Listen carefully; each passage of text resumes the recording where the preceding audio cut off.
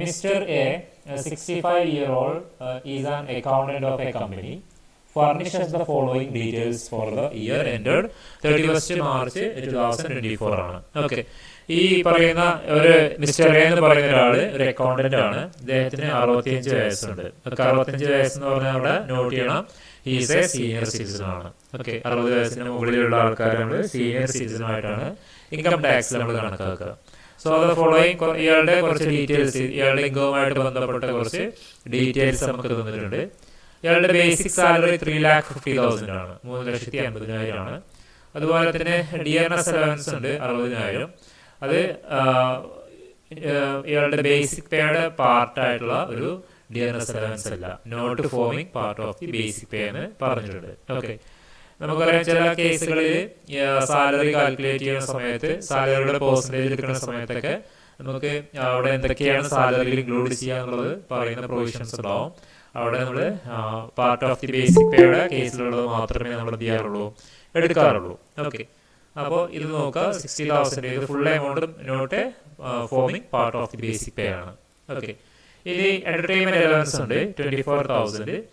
അതുപോലെ തന്നെ he spend ₹10,000 entertainment expense for the customers ആണ് അല്ലേ. ഇയാൾ എന്ത് ചെയ്തിട്ടുണ്ട്, എന്റർടൈൻമെന്റ് അലവൻസ് ഇയാൾക്ക് കിട്ടിയിട്ടുണ്ട് 24,000, അതിൽ ഇയാൾ 10,000 ഇയാൾ സ്പെൻഡ് ചെയ്തിട്ടുണ്ട്. Okay, next cost of electricity bill paid by the company 70,000 ആണ്. 70,000 രൂപ ഇയാളുടെ ഇലക്ട്രിസിറ്റി ബില്ല് കമ്പനി പേ ചെയ്തിട്ടുണ്ട്. ഇയാളൊരു അക്കൗണ്ടന്റ് ആയിട്ട് വർക്ക് ചെയ്യാമെന്ന് പറഞ്ഞൊരു കമ്പനിയിൽ ഇയാൾ വർക്ക് ചെയ്യാമെന്ന് പറഞ്ഞിട്ടുണ്ടായിരുന്നു. അത് ഇയാൾ എന്ത് ചെയ്തിട്ടുണ്ട്, അതിന്റെ കുറച്ച് എക്സ്പെൻസുകൾ ഈ പറഞ്ഞ കമ്പനി അടച്ചിട്ടുണ്ട്. ഓക്കെ, ദെൻ നെക്സ്റ്റ് പറയുന്നത് he has contributed ₹50,000 to RPF അല്ലെ. RPF-ലോട്ട് ഇയാൾ റെക്കഗ്നൈസ്ഡ് പ്രൊവിഡന്റ് ഫണ്ട് ആണ് RPF എന്നുള്ളത് അറിയുന്നുണ്ടാവും. RPF-ലോട്ട് ₹50,000 ഇയാൾ എന്ത് ചെയ്തിട്ടുണ്ട്, കോൺട്രിബ്യൂഷൻ നടത്തിയിട്ടുണ്ട്. ഹി മീൻസ് ഈ പറയുന്ന അക്കൗണ്ടന്റ് മിസ്റ്റർ എ ആണ് കോൺട്രിബ്യൂഷൻ നടത്തിയിട്ടുള്ളത്. ഇത് പറഞ്ഞു കഴിഞ്ഞാലുള്ള പ്രൊവിഷൻ എന്താണെന്നുള്ളത് നിങ്ങൾക്ക് മനസ്സിലായിട്ടുണ്ടാവും. സെക്ഷൻ 80C പ്രകാരമുള്ള ഡിഡക്ഷൻസിനുള്ള പ്രൊവിഷൻ ആണ്. ഓക്കെ, RPF-ലോട്ടോ അല്ലെ പ്രൊവിഡന്റ് ഫണ്ടിലോട്ടോ അല്ലെങ്കിൽ ഏതെങ്കിലും ഇൻഷുറൻസ് പ്രീമിയം ഈ പറയുന്ന അസസി അടച്ചിട്ടുണ്ടെങ്കിലോ അല്ലെങ്കിൽ RPF-ലോട്ടോ അല്ലെങ്കിൽ സ്റ്റാറ്റ്യൂട്ടറി പ്രൊവിഡന്റ് ഫണ്ടിലോട്ടൊക്കെ എംപ്ലോയി വല്ല എമൗണ്ടും കോൺട്രിബ്യൂട്ട് ചെയ്തിട്ടുണ്ടെങ്കിൽ ഈ പറഞ്ഞ 1,50,000 വരെയുള്ള ഡിഡക്ഷൻസ് 80C പ്രകാരം എന്ത് ചെയ്യാൻ പറ്റും, അസസിക്ക് ചെയ്യാൻ പറ്റും. ഓക്കെ, ഇവിടെ ഇയാളും കോൺട്രിബ്യൂട്ട് ചെയ്തിട്ടുണ്ട്, പുറമെ എംപ്ലോയറും കോൺട്രിബ്യൂട്ട് ചെയ്തിട്ടുണ്ട്. ഓക്കെ, അപ്പോൾ നോട്ട് ചെയ്യണം, സാലറി എന്ന് പറയുന്ന ഹെഡ് കാൽക്കുലേറ്റ് ചെയ്യുന്ന സമയത്ത് ഈ എംപ്ലോയറുടെ കോൺട്രിബ്യൂഷന് 12% കൂടുതൽ ഇയാളുടെ സാലറിയുടെ, ഈ മിസ്റ്റർ എയുടെ സാലറിയുടെ 12% കൂടുതൽ എമൗണ്ട് എംപ്ലോയർ കോൺട്രിബ്യൂട്ട് ചെയ്യുന്നുണ്ടെങ്കിൽ ആ എമൗണ്ട് ടാക്സബിൾ ഇൻകം ആയിട്ട് കൺസിഡർ ചെയ്യും. ഓക്കെ, അപ്പോൾ 12% വരെ ഇയാളുടെ സാലറിയുടെ 12% വരെ എംപ്ലോയർ ഈ പറയുന്ന എംപ്ലോയിയുടെ പ്രൊവിഡന്റ് ഫണ്ടിലോട്ട് കോൺട്രിബ്യൂട്ട് ചെയ്താൽ അത് എക്സെപ്റ്റഡ് ആണ്, അത് സാലറിയുടെ ഭാഗമായിട്ട് കൂട്ടണ്ട. പക്ഷേ 12%-ലധികം കോൺട്രിബ്യൂട്ട് ചെയ്താൽ അത് എന്ത് ചെയ്യണം, നമ്മൾ ഈ പറയുന്ന ഇയാളുടെ ഇൻകത്തിനോട് കൂടി ആഡ് ചെയ്യേണ്ടി വരും. ഓക്കെ, അപ്പോൾ ഈ 50,000 ഇയാൾ സെയിം എന്നാ പറഞ്ഞല്ലേ. He has contributed ₹50,000 to RPF and the employer contribute the same. Same means ഈ പറയുന്ന 50,000 ആണ് എംപ്ലോയർ കോൺട്രിബ്യൂട്ട് ചെയ്തിട്ടുണ്ടാവുക. ഈ 50,000 എന്ന് പറയുന്നത് എത്ര പെർസെൻറ്റേജ് ആണെന്നുള്ളത് നമ്മൾ കാൽക്കുലേറ്റ് ചെയ്യണം. ദെൻ 12% കൂടുതൽ എമൗണ്ട് ഉണ്ടെങ്കിൽ ആ എമൗണ്ട് ഇയാളുടെ സാലറിയോട് കൂടി നമ്മൾ ആഡ് ചെയ്യേണ്ടി വരും. ഓക്കെ, കഴിഞ്ഞ ദിവസം നമ്മൾ പ്രോബ്ലം ചെയ്തിട്ടുണ്ടായിരുന്നു, അതിൽ നമ്മൾ ചെയ്തിട്ടുണ്ട് കേട്ടോ. ഇനി interest on saving bank account ആണ്. SB അക്കൗണ്ട് എന്ന് പറഞ്ഞാൽ സേവിങ്സ് ബാങ്ക് അക്കൗണ്ട് ആണ്. ഇയാൾക്ക് ഒരു സേവിംഗ് ബാങ്ക് അക്കൗണ്ട് ഉണ്ട്, ഏതെങ്കിലും ഒരു ബാങ്കിലായിരിക്കാം. ഇയാൾക്ക് സേവിംഗ് ബാങ്ക് അക്കൗണ്ടിൽ ഇയാൾക്ക് ഇൻട്രസ്റ്റ് കിട്ടിയിട്ടുണ്ട്. നമുക്കറിയാം ഇൻട്രസ്റ്റ് ഇൻകം എന്ന് പറയുന്നത് അതർ സോഴ്സിലെ ഇൻകം ആണ് അല്ലെ. അതർ സോഴ്സിലെ ഇൻകം ആണെങ്കിൽ പോലും ഇവിടെ ഈ ഒരു കേസ്, ഈ ഒരു സംഭവം 2 പ്രൊവിഷൻസ് വരുന്നുണ്ട്. ഇത് അതർ സോഴ്സിലെ ഇൻകം ആണ്. അതിലുപരി നമുക്ക് 80TTA എന്ന് പറയുന്ന ഒരു സെക്ഷൻ ഡിഡക്ഷൻസ് അവൈലബിൾ ആണ്. അതിന്റെ ഒരു ഡിഡക്ഷൻസ് കൂടി എടുക്കാൻ പറ്റും നമുക്ക്. ഓക്കെ, ദെൻ നെക്സ്റ്റ് പറയുന്നത് ഇൻട്രസ്റ്റ് ഓൺ ഫിക്സഡ് ഡെപ്പോസിറ്റ് ആണ്. FD ഇട്ട് ഇയാള് ബാങ്കില് സേവിങ്സ് ബാങ്ക് മാത്രമല്ല, സേവിങ്സ് ബാങ്ക് അക്കൗണ്ട് മാത്രമല്ല ഇയാൾക്കുള്ളത്. അയാളുടെ ഒരു എമൗണ്ട് FD ഇട്ട് വെച്ചിട്ടുണ്ട്, ഫിക്സഡ് ഡെപ്പോസിറ്റും ഇട്ട് വെച്ചിട്ടുണ്ട്. അതിൽ നിന്നും അയാൾക്ക് ₹60,000 ഇൻട്രസ്റ്റ് കിട്ടിയിട്ടുണ്ട്. ഓക്കെ, ഇതും അതർ സോഴ്സിലെ ഇൻകം തന്നെയാണ്. ഓക്കെ. ഇനി he has paid premium of rupees 10,000 on policy of rupees 80,000 taken in 2016-17 ആണ്. ഓക്കെ, ഇയാൾ എന്ത് ചെയ്തിട്ടുണ്ട്, അയാളുടെ പേരിൽ ലൈഫ് ഇൻഷുറൻസ് പ്രീമിയം അയാൾ എടുക്കാറുണ്ട്. അയാൾ അതിന് ഒരു 80,000 എടുത്തിട്ടുണ്ട് പൈസ. ഓക്കെ, 2016-17 എടുത്തിട്ടുള്ളത്. ഈ ഹാസ് പെയ്ഡ് പ്രീമിയം 10,000 ആണ്. പ്രീമിയം അടച്ചു എന്ന് പറഞ്ഞാൽ നോട്ട് ചെയ്ത് വെച്ചോളൂ, അത് ITC പ്രകാരം അല്ല, നമ്മളിവിടെ പറഞ്ഞ ഈ ഒരു RPF-ലോട്ട് എംപ്ലോയി കോൺട്രിബ്യൂട്ട് ചെയ്ത, നോട്ട് ചെയ്ത് വെച്ചോ, എംപ്ലോയി RPF-ലോട്ടോ അല്ലെങ്കിൽ സ്റ്റാറ്റ്യൂട്ടറി പ്രൊവിഡന്റ് ഫണ്ടിലോട്ടോ വല്ല കോൺട്രിബ്യൂഷൻസ് നടത്തിയാൽ ATC പ്രകാരം നമുക്ക് ഡിഡക്ഷൻസ് അവൈലബിൾ ആണ്. അതിൽ ഉള്ള വേറൊരു സംഭവം കൂടിയാണ്, ഇയാൾ വല്ല ലൈഫ് ഇൻഷുറൻസ് പ്രീമിയോ ഇയാൾക്ക് വേണ്ടിയിട്ടോ അല്ലെ എംപ്ലോയിക്ക് വേണ്ടിയിട്ടോ അല്ലെങ്കിൽ എംപ്ലോയിയുടെ റിലേറ്റീവ്സിന് വേണ്ടിയിട്ടോ ഏതെങ്കിലും ലൈഫ് ഇൻഷുറൻസ് പ്രീമിയം അടക്കുന്നുണ്ടെങ്കിൽ ആ പ്രീമിയം അടച്ച എമൗണ്ടും അയാൾക്ക് ATC പ്രകാരം അയാൾക്ക് ഡിഡക്ട് ചെയ്യാം. ഓക്കെ, ഇതിനൊരു ക്വസ്റ്റ്യൻ ഇതാണ്, computer total income for the assessment year 2024-25 ആണ്. ഈ 2024-25 അസസ്മെന്റ് ഇയറിലെ ഇയാളുടെ ടോട്ടൽ ഇൻകം കമ്പ്യൂട്ട് ചെയ്യാനാണ് ക്വസ്റ്റ്യൻ. ടോട്ടൽ ഇൻകം മാത്രമേ പറഞ്ഞിട്ടുള്ളൂ, ടാക്സ് ലയബിലിറ്റി പറഞ്ഞിട്ടില്ല. ഓക്കെ, നോക്കാം നമുക്ക്. ഇതാണ് ആൻസർ വരിക, ഇങ്ങനെയാണ് ചെയ്യേണ്ടത് കേട്ടോ. നമുക്കിവിടെ 2 ഹെഡ്സ് ഓഫ് ഇൻകംസ് ആണ് പ്രധാനമായിട്ട് ഈ ഒരു ക്വസ്റ്റ്യനിലുള്ളത്. അതിലൊന്ന് സാലറി എന്ന് പറയുന്ന ഹെഡിലെ ഇൻകംസും അതുപോലെ തന്നെ അതർ സോഴ്സ് എന്ന് പറയുന്ന ഹെഡിലെ ഇൻകംസും ആണ് നമുക്ക് ബേസിക്കലി ഈ ഒരു ക്വസ്റ്റ്യനിൽ വരുന്നത്. ഓക്കെ, അപ്പോൾ നമുക്ക് നോക്കുകയാണെങ്കിൽ ആദ്യം നമ്മളിങ്ങനെ ഹെഡിങ് കൊടുത്ത computation of total income of mister A four the assessment year 2024-25 ഇതാണ് നമ്മളോട് കാണാൻ പറഞ്ഞിട്ടുള്ളത്. അപ്പോൾ കൃത്യമായിട്ട് വൃത്തിക്ക് നമ്മൾ ഈ ഹെഡിങ് ഒക്കെ എഴുതണം കേട്ടോ. നമ്മൾ ഒരു കോളൊക്കെ വരച്ചുകൊണ്ട് amount column, inner column, outer കോളൊക്കെ വരച്ചിട്ട് വേണം നിങ്ങൾ ചെയ്യാൻ. ആദ്യം നമുക്ക് സാലറി ആ ഓർഡർ നിങ്ങൾക്ക് അറിയുന്നുണ്ടാവും. നമുക്ക് ക്വസ്റ്റ്യനിൽ നിങ്ങൾ മാക്സിമം ആ ഓർഡർ വെച്ചിട്ട് തന്നെ എഴുതാൻ നോക്കുക. ഇൻകം ഫ്രം സാലറി കഴിഞ്ഞിട്ട് പിന്നെ ഹൗസ് പ്രോപ്പർട്ടി ആണ്, പിന്നെ ബിസിനസ് പ്രൊഫഷൻ ആണ്, പിന്നെ നമുക്ക് ക്യാപിറ്റൽ ഗെയിൻ, ലാസ്റ്റ് ആണ് അതർ സോഴ്സ് വരിക. ആ ഓർഡർ തന്നെ നിങ്ങൾ എന്ത് ചെയ്യുക, പ്രോബ്ലംസ് എഴുതാൻ നോക്കുക കേട്ടോ. ഇപ്പോൾ ഇവിടെ നമുക്ക് 2 ഉള്ളൂ, അതുകൊണ്ട് ഇൻകം ഫ്രം സാലറി നമ്മൾ ഫസ്റ്റ് എടുത്തു. ദെൻ ഇൻകം ഫ്രം സാലറിയിൽ നമുക്ക് ബേസിക് സാലറികളുടെ 3,50,000 ആണുള്ള ക്വസ്റ്റ്യനിൽ നമുക്ക് ഇവിടെ തന്നിട്ടുണ്ട് 3,50,000. ഓക്കെ, ദെൻ പിന്നെ ഡിയർനെസ് അലവൻസ് തന്നിട്ടുണ്ട് 60,000. അതും ക്വസ്റ്റ്യനിൽ നമുക്ക് ഇവിടെ പറഞ്ഞിട്ടുണ്ട് ഡിയർനെസ് അലവൻസ് 60,000 ആണെന്നുള്ളത്. ഇനി എന്റർടൈൻമെന്റ് അലവൻസ്, ഇയാൾക്ക് എന്റർടൈൻമെന്റ് അലവൻസ് ഈ ക്വസ്റ്റ്യനിൽ കിട്ടിയിട്ടുണ്ട് 24,000 ആണ്. ദെൻ അവിടെ സ്പെൻഡ് ചെയ്തോ ഇല്ലയോ എന്നുള്ളത് നമ്മൾ നോക്കേണ്ട ആവശ്യമില്ല. ആ 24,000 അയാൾക്ക് എന്താണ് ടാക്സബിൾ ആയിട്ട് വരും. എന്റർടൈൻമെന്റ് അലവൻസിന്റെ കേസിൽ നിങ്ങൾ നോട്ട് ചെയ്യേണ്ട ഒരു പ്രൊവിഷൻ ഉണ്ട്. കഴിഞ്ഞ ക്ലാസ്സിൽ ഞാൻ പറഞ്ഞിട്ടായിരുന്നു, EA എന്ന് പറയുന്ന എന്റർടൈൻമെന്റ് അലവൻസ് എന്ന് പറയുന്ന അലവൻസ് ഗവൺമെന്റ് എംപ്ലോയീസിന് എക്സംപ്റ്റഡ് ആണ്. പക്ഷേ ഗവൺമെന്റ് എംപ്ലോയീസിന്റെ ടോട്ടലിംഗ് കാൽക്കുലേറ്റ് ചെയ്യുമ്പോൾ സാലറി കാൽക്കുലേറ്റ് ചെയ്യുമ്പോൾ നമ്മൾ എന്ത് ചെയ്യണം, ആദ്യം അത് എടുക്കണം, പിന്നീട് അയാൾക്ക് എന്ത് ചെയ്യാൻ പറ്റുള്ളൂ, ഡിഡക്ട് ചെയ്യാൻ പറ്റുള്ളൂ. ഓക്കെ, ഈ മിസ്റ്റർ എ എന്ന് പറയുന്നത് ഒരു പ്രൈവറ്റ് കമ്പനിയിലെ എംപ്ലോയി ആണ്. സോ അതുകൊണ്ട് അയാൾക്ക് എന്റർടൈൻമെന്റ് അലവൻസ് ഈസ് ടാക്സബിൾ ആണ്, അയാൾക്ക് അവിടെ ലാസ്റ്റ് ഡിഡക്ട് ചെയ്യാൻ പറ്റില്ല. ഓക്കെ, ദെൻ ഇനി അപ്പോൾ 24,000 അയാൾക്ക് ടാക്സബിൾ ഇൻകം ആയിട്ട് എടുക്കേണ്ടി വരും. ഇനി cost of electricity paid by the employer, അതായത് ഇത് പെർക്വിസിറ്റ് ആണ്. എംപ്ലോയർ ഈ പറയുന്ന എംപ്ലോയിയുടെ ഇലക്ട്രിസിറ്റി ബില്ല് പേ ചെയ്തു എന്ന് പറഞ്ഞാൽ ഇയാൾക്ക് സാലറിക്കും അലവൻസുകൾക്ക് പുറമെ എംപ്ലോയർ എംപ്ലോയിക്ക് കൊടുക്കുന്ന അമ്യൂണിറ്റീസ് ആണ് അല്ലേ. ഈ അമ്യൂണിറ്റീസ് ഇസ് എ പെർക്വിസിറ്റ് ആണ്. സോ പെർക്വിസിറ്റ് ടാക്സബിൾ ആണ്. ഇലക്ട്രിസിറ്റി, ഗ്യാസ് ഒക്കെ നമ്മൾ എംപ്ലോയർ എംപ്ലോയിക്ക് ഫ്രീ ആയിട്ട് കൊടുക്കുകയാണെങ്കിൽ അത് ഫുള്ളി ടാക്സബിൾ പെർക്വിസിറ്റിന്റെ കാറ്റഗറിയിലാണ് വരിക. Okay, next excess contribution to RPF by employer ആണ്. ഓക്കെ, അപ്പോൾ ഇവിടെ നോക്കാം നമ്മൾ. നിങ്ങളുടെ കയ്യിൽ കാൽക്കുലേറ്റർ ഉണ്ടോ? അശ്വിനി, ആരെങ്കിലും കയ്യിൽ കാൽക്കുലേറ്റർ ഉണ്ടോ? ഉണ്ട്. ഓക്കെ, അപ്പോൾ ഇവിടെ നോക്കുക. 3,50,000 12% കണ്ടേ എത്ര വരുന്നത്? ഇയാളുടെ സാലറിയുടെ 12%. 3,50,000 into 12/100 42,000 അല്ലേ. ഓക്കെ, നോട്ട് ചെയ്യാം, പറയാം. ഞാൻ നേരത്തെ പറഞ്ഞിട്ടായിരുന്നു ഇവിടെ ഈ ഒരു 5ാമത്തെ ക്വസ്റ്റ്യനിലെ 5ാമത്തെ ഐറ്റം നോക്കുക. He has contributed ₹50,000 to RPF.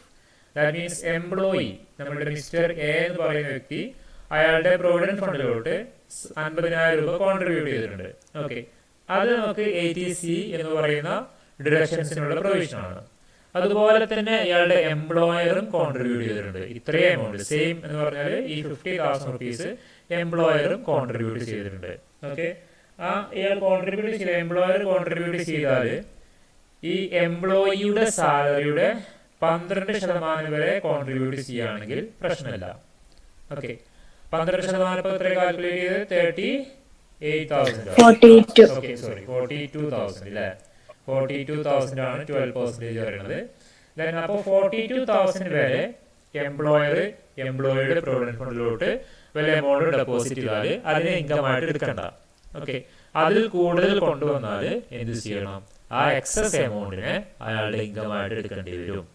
അപ്പോൾ അവിടെ നോക്കുക, എംപ്ലോയറും കോൺട്രിബ്യൂട്ട് ചെയ്ത എമൗണ്ട് 50,000 ആണ്, 50,000 ആണ്.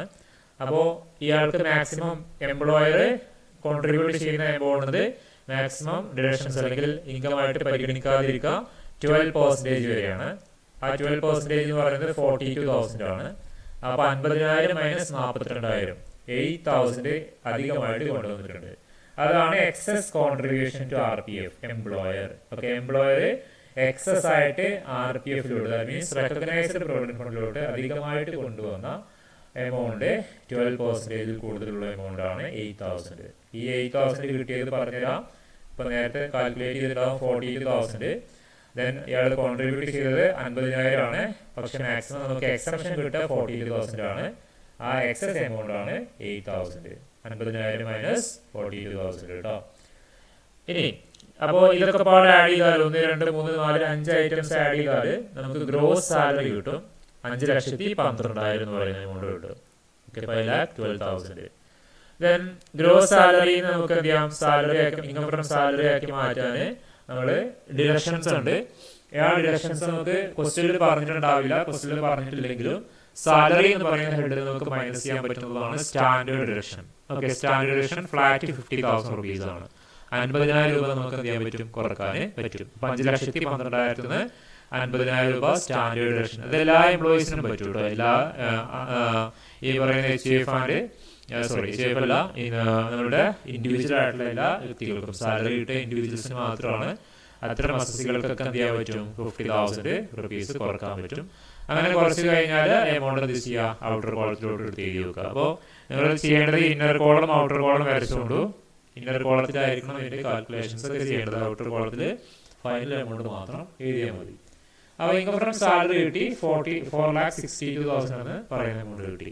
ഇനി ഇവിടെ നോട്ട് ചെയ്യണം, ഇയാൾ ഗവൺമെന്റ് എംപ്ലോയി ആയിരുന്നെങ്കിൽ ഈ എന്റർടൈൻമെന്റ് അലവൻസ് എന്ന് പറയുന്ന അലവൻസ് ആദ്യം ഇതുപോലെ തന്നെ ഇൻകത്തിനോട് കൂടി ആഡ് ചെയ്യാം. എന്നിട്ട് നമ്മളുടെ ഈ സ്റ്റാൻഡേർഡ് റേഷനിലെ നമ്മൾ ലെസ് ചെയ്തില്ലേ, standard ration gross salary standard ration minus ചെയ്ത പോലെ തന്നെ ഗവൺമെന്റ് എംപ്ലോയീസിന് എന്ത് ചെയ്യാൻ പറ്റും? ലെസ് എന്റർടൈൻമെന്റ് അലവൻസ് പറഞ്ഞിട്ട് അതും അതിന് മൈനസ് ചെയ്യാം. ആദ്യം സാലറിയോട് കൂടി ആഡ് ചെയ്യണം, ദെൻ പിന്നീട് എന്ത് ചെയ്യണം? ഗ്രോസ് സാലറിന്ന് അത് ഡിഡക്ട് ചെയ്യാം. മനസ്സിലായോ? അപ്പോൾ അതൊന്ന് നോട്ട് ചെയ്യാം. ഇയാൾ ഗവൺമെന്റ് ഉദ്യോഗസ്ഥനല്ലാത്തതുകൊണ്ടാണ് ഇവിടെ എന്റർടൈൻമെന്റ് അലവൻസ് ടാക്സബിൾ ആയിട്ട് മാറിയത്. ഇനി ഇൻകം ഫ്രം അതർ സോഴ്സ് നോക്കാം നമുക്ക്. ഇവിടെ 2 ഇൻകംസ് ആണ് പ്രധാനമായിട്ടുള്ളത്. ഇൻട്രസ്റ്റ് ഓൺ സേവിംഗ് ബാങ്ക് അക്കൗണ്ടിൽ ഞങ്ങളുടെ ക്വസ്റ്റിൽ പറഞ്ഞിട്ടുണ്ട്. സേവിംഗ് ബാങ്ക് അക്കൗണ്ടിൽ ഒരു 20,000 ഇൻട്രസ്റ്റ് കിട്ടിയിട്ടുണ്ട്. ഫിക്സഡ് ഡെപ്പോസിറ്റ് അക്കൗണ്ടിൽ ഒരു 60,000 രൂപയും ഇൻട്രസ്റ്റ് കിട്ടിയിട്ടുണ്ട്.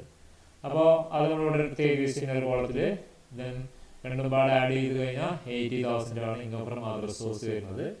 ദെൻ അത് ഔട്ടർ കോളത്തിലോട്ട് ചെയ്താൽ ദെൻ നമ്മളുടെ ഇൻകം ഫ്രം സാലറിയോട് കൂടി ഈ അതർ സോഴ്സ് ഇൻകം ആഡ് ചെയ്യാം. 4,62,000 കൂടി 80,000 ആഡ് ചെയ്ത് കഴിഞ്ഞാൽ നമുക്കിവിടെ 5,42,000 എന്ന് പറയുന്ന ഗ്രോസ് ടോട്ടലിംഗ് കിട്ടും. GTI ഗ്രോസ് ടോട്ടലിംഗ് നമുക്കിവിടെ 5,42,000 നമുക്ക് കിട്ടും. ഓക്കെ, ഇനി അപ്പോൾ ഗ്രോസ് ടോട്ടലിംഗ് കിട്ടി കഴിഞ്ഞാൽ പിന്നീട് നമുക്ക് അതിന് എന്താക്കണം? ടോട്ടലിംഗ് ആക്കി മാറ്റണം. ടോട്ടലിംഗ് ആക്കി മാറ്റാൻ ഒരു കാര്യം ചെയ്താൽ മതി. 80C മുതൽ 80U വരെയുള്ള ഡിഡക്ഷൻസ് ഈ പറയുന്ന അസസിക്ക് അവൈൽ ചെയ്യാൻ പറ്റുന്നുണ്ടെങ്കിൽ അതൊക്കെ മൈനസ് ചെയ്യാം. ഓക്കെ, അപ്പോൾ നമുക്കിവിടെ നോക്കാം. ഇവിടെ 80Cയിൽ നമുക്ക് കിട്ടുന്ന ഡിഡക്ഷൻസ് ഒന്ന് ഈ പറഞ്ഞ പോലെ 10,000 റുപ്പീസ്, അതുപോലെ തന്നെ ഈ പറഞ്ഞ 50,000 കോൺട്രിബ്യൂഷന്. ഇതൊക്കെയാണ് പ്രധാനമായിട്ടും അയാൾക്ക് കിട്ടുന്ന ഡിഡക്ഷൻസ്. ഓക്കെ,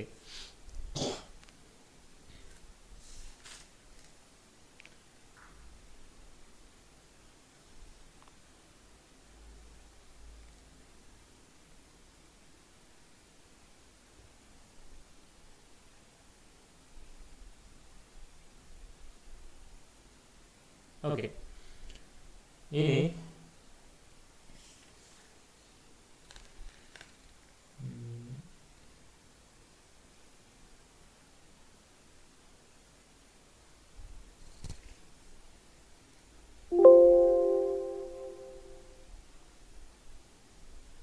മനസ്സിലാക്കല്ലേ.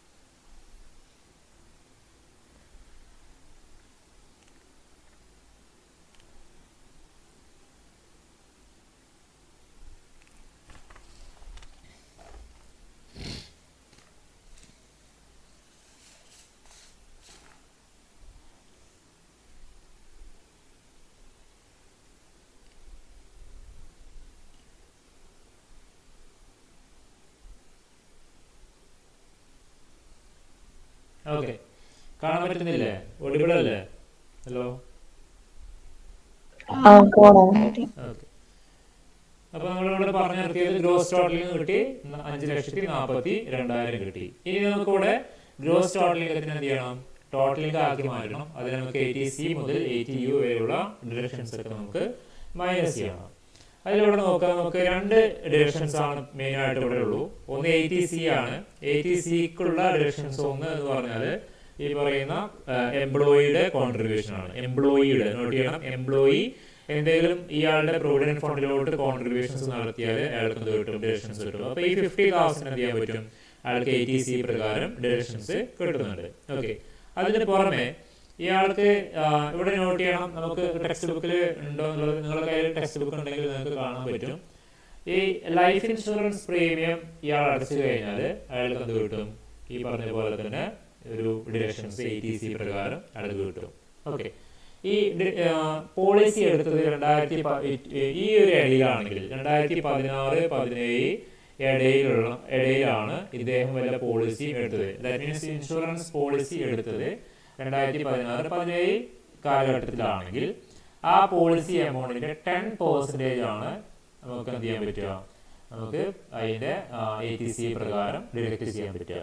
2016-17 കാലഘട്ടത്തിൽ എടുത്ത ഇൻഷുറൻസ് പോളിസി, ആ പോളിസി എമൗണ്ടിന്റെ 10% വരെയാണ് പ്രീമിയം അടച്ചു കഴിഞ്ഞാൽ 80C പ്രകാരം നമുക്ക് ഡിഡക്ട് ചെയ്യാൻ പറ്റുക. അപ്പോൾ ഇയാളുടെ 10,000 പ്രീമിയം അടച്ചിട്ടുണ്ടെങ്കിലും ആ 10,000 എന്ത് ചെയ്യാൻ പറ്റില്ല? നമുക്ക് ഡിഡക്ട് ചെയ്യാൻ പറ്റില്ല. ഈ പോളിസി എമൗണ്ട് എത്രയാണോ, ആ പോളിസി എമൗണ്ട് എന്ന് പറഞ്ഞാൽ ആ പറയുന്ന പോളിസി രജിസ്റ്റർ ആവുന്ന സമയത്ത് ആ ഇൻഷുറൻസ് കമ്പനി പോളിസി എടുത്ത ആൾക്ക് കൊടുക്കുന്ന എമൗണ്ട് ആണ്. അത് 80,000 ആണ്. ആ 80,000 10% നമുക്ക് എന്ത് ചെയ്യാൻ പറ്റുള്ളൂ? അളവ് കുറക്കാൻ പറ്റുള്ളൂ. ഈ ഒരു ബിറ്റ്വീൻ കൃത്യമായിട്ട് അതിന്റെ കാലഘട്ടം കാര്യങ്ങളൊക്കെ പറയുന്നുണ്ട്. അപ്പൊ അത് നോക്കാം കേട്ടോ. അപ്പോൾ 80,000-ന്റെ 10% എന്ന് പറയുമ്പോൾ എത്ര വരും? 80,000 വരും. അതാണ് ഇവിടെ 50,000 പ്ലസ് 8,000 ആണ്. രണ്ടും പാടെ ആഡ് ചെയ്തതാണ് നമുക്ക് 58,000 എന്ന് പറയുന്ന എമൗണ്ട് കിട്ടുക. അതുകൊണ്ട് പറയാം, ഈ RPF-ലോട്ട് എംപ്ലോയി വല്ല എമൗണ്ട് കോൺട്രിബ്യൂട്ട് ചെയ്താൽ നമുക്ക് എന്ത് ചെയ്യാൻ പറ്റും? അത് ഡിഡക്ട് ചെയ്യാം 80C പ്രകാരം. അതുപോലെ തന്നെ 80Cയിൽ കിട്ടുന്ന ഡിഡക്ഷനാണ് എംപ്ലോയിയുടെ പേരിലോ അല്ലെങ്കിൽ എംപ്ലോയിയുടെ ഫാമിലിയുടെ പേരിലോ എംപ്ലോയി വല്ല ലൈഫ് ഇൻഷുറൻസ് പ്രീമിയം എടുത്തിട്ടുണ്ടെങ്കിൽ, പോളിസി എടുത്തിട്ടുണ്ടെങ്കിൽ ആ പോളിസി എടുത്തു കഴിഞ്ഞാൽ ഉറപ്പായിട്ട് പ്രീമിയം അടക്കേണ്ടി വരും അല്ലേ? ഓരോ മാസത്തിൽ നമ്മൾ പ്രീമിയം അടക്കേണ്ടി വരും. ആ അടച്ച പ്രീമിയം നമുക്ക് എന്ത് ചെയ്യാൻ പറ്റും? ഡിഡക്ട് ചെയ്യാം 80C പ്രകാരം. പക്ഷെ 16-17 കാലഘട്ടത്തിലുള്ള എടുത്ത പോളിസി ആണെങ്കിൽ പോളിസി എമൗണ്ടിന്റെ 10% ആണ് നമുക്ക് ഡിഡക്ട് ചെയ്യാൻ പറ്റുക. അപ്പോൾ 80,000-ന്റെ 10% 80,000 പ്ലസ് 8,000 പ്ലസ് 50,000, അങ്ങനെയാണ് 58,000 എന്ന് പറയുന്ന അണ്ടർ സെക്ഷൻ 80C പ്രകാരം നമുക്ക് ഡിഡക്ട് ചെയ്യാൻ പറ്റുന്നത്. ഇനി നെക്സ്റ്റ് അണ്ടർ സെക്ഷൻ 80 TTB ആണ്. 80 TTB എന്ന് പറഞ്ഞാൽ നമുക്ക് ഡിഡക്ഷൻസ് കിട്ടുന്ന മറ്റൊരു പ്രൊവിഷനാണ്. ഓക്കെ, കാണിച്ചു തരാം. ATTTB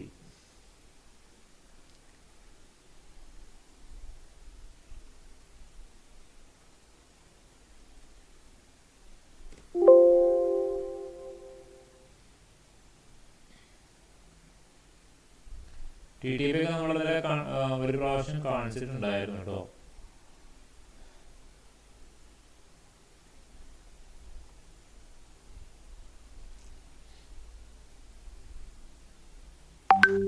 കണ്ടോ,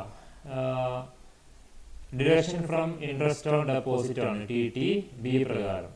TTB പ്രകാരം TTA പ്രകാരമുണ്ട്. TTA എന്ന് പറഞ്ഞാൽ TTA ഇയാള് സേവിംഗ് ബാങ്ക് അക്കൗണ്ടിൽ നിന്ന് ഇൻട്രസ്റ്റ് വല്ലതും കിട്ടിക്കഴിഞ്ഞാൽ ഡിഡക്ട് ചെയ്യാൻ പറ്റുന്ന ഒരു പ്രൊവിഷനാണ്. പക്ഷെ അത് ഒരു കേസ് പറയുന്നുണ്ട്, അത് സീനിയർ സിറ്റിസൺ അല്ല അല്ലേ, ഇയാൾക്ക് ആരായിരിക്കണം? സീനിയർ സിറ്റിസൺ അല്ലാത്തവർക്ക് മാത്രമേ TTA പ്രകാരം ഇത് ചെയ്യാം, ഈ പറഞ്ഞ പോലെ ഡിഡക്ഷൻസ് കിട്ടുക. ഓക്കെ, ഇനി ഇയാൾ ഇവിടെ അല്ലാതെ ഈ സീനിയർ സിറ്റിസൺ ആയി കഴിഞ്ഞാൽ അയാൾക്ക് കിട്ടണമെങ്കിൽ ഈ ഇൻട്രസ്റ്റിന് ഡിഡക്ഷൻസ് കിട്ടണമെങ്കിൽ അണ്ടർ സെക്ഷൻ 80 TTB ആണ് section. Okay, then deduction from interest on ഡെപ്പോസിറ്റിനെ പറഞ്ഞിട്ടുള്ളൂ. ഇവിടെ സേവിങ്സ് ബാങ്ക് അക്കൗണ്ട് സ്പെസിഫൈ ചെയ്തിട്ടുണ്ട്. സീനിയർ സിറ്റിസൺ അല്ലാത്ത വ്യക്തികൾക്ക് FD ഇട്ട് കഴിഞ്ഞാലുള്ള ഇൻട്രസ്റ്റ് ഡിഡക്ട് ചെയ്യാൻ പറ്റില്ല. ഓക്കെ, ദെൻ ഇനി സീനിയർ സിറ്റിസൺ ആണെങ്കിൽ അവർക്ക് ഇൻട്രസ്റ്റ് ഓൺ ഡെപ്പോസിറ്റ് എന്നേ പറഞ്ഞിട്ടുള്ളൂ. സേവിങ്സ് ബാങ്ക് ഡെപ്പോസിറ്റ് അല്ലെങ്കിൽ ഈ പറഞ്ഞ പോലെ ഫിക്സഡ് ഡെപ്പോസിറ്റ് എന്ന് സ്പെസിഫൈ ചെയ്തിട്ടില്ല. ഇവിടെ കണ്ടോ, income earned by way of interest on savings or fixed എന്ന് പറഞ്ഞിട്ടുണ്ട് കൃത്യമായിട്ട്. ഓക്കെ, അപ്പോൾ ഇയാൾ സീനിയർ സിറ്റിസൺ ആണെന്നുള്ളത് നമ്മളുടെ ക്വസ്റ്റ്യനിൽ ഓൾറെഡി പറഞ്ഞിട്ടുണ്ട്. ദെൻ 50,000 വരെ ഉണ്ടോ, 50,000 വരെ ഇയാൾക്ക് എന്ത് കിട്ടും? ഡിഡക്ഷൻസ് അവൈലബിൾ ആണ്. ഓക്കെ, ദെൻ നോക്കാം.